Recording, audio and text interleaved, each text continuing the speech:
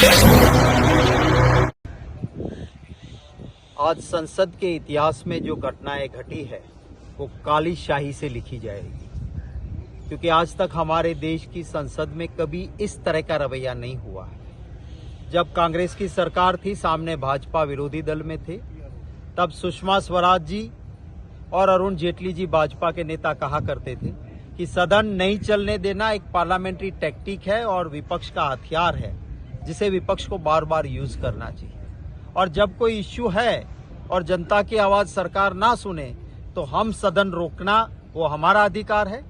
इस सरकार की जिम्मेवारी है कि संवाद करे, संघर्ष नहीं, और कुछ ना कुछ बीच का रास्ता निकाल के विपक्ष की बात को मानना चाहिए। आज उससे बिल्कुल उल्टा हो रहा है।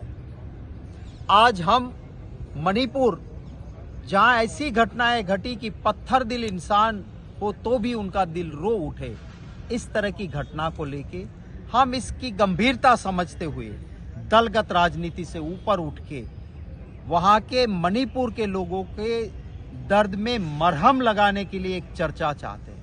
और कौन सी चर्चा? इतना बड़ा सीरियस इश्यू है कि दुनिया में इसकी असर पहुंची है, लंदन की पार्लियामेंट तक उसकी बहस होती है। हम चाहते हैं कि हमारा नियम है 267, उसके तहत चर्चा हो, क्योंकि यहाँ पूर्णतः चर्चा होती है, जरूरत पड़ने पे वोटिंग भी होती है और पूरी बात होती है। ये भाजपा क्या चाहती है कि नहीं 267 नहीं, कोई छूट मूट की घटना घटती है तब एक कानून होता है 167, जहाँ छोटी चर्चा हो जाती है। क्या मैसेज देना चाहते हो आप? अगर ये बात हम मान ले तो इसका मतलब ये हुआ कि मणिपुर के लोगों को हम ये कहते हैं कि आपके वहां हुआ ना, वो सीरियस नहीं है, छोटी मोटी की बात है। इसलिए हम कहते थे कि 267 की तहत चर्चा होनी चाहिए।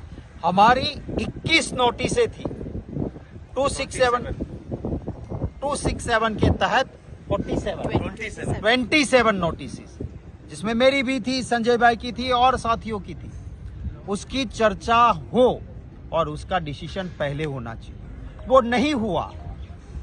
और जब चेयरमैन साहब हेडफोन लगा के सिर्फ उधर ही देख रहे थे, हम हमारी जगह पे खड़े होके चिल्ला रहे थे, तब हमारे साथी संजय सिंह जी गए उधर, हाथ जोड़ के कह रहे हैं कि 267 के ऊपर सर न्याय कीजिए प्लीज।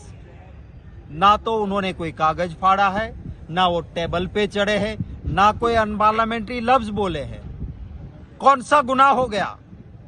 यही भाजपा पहले बार बार हाउस में वेल में जाती थी, जब कांग्रेस शासन में थी, कागज फाड़ती थी, हल्ला बोल करती थी, कभी कभी इसको कई पूरे सेशन के लिए सस्पेंड नहीं किया। आज जो हुआ है वो गलत हुआ है, सरासर गलत हुआ है।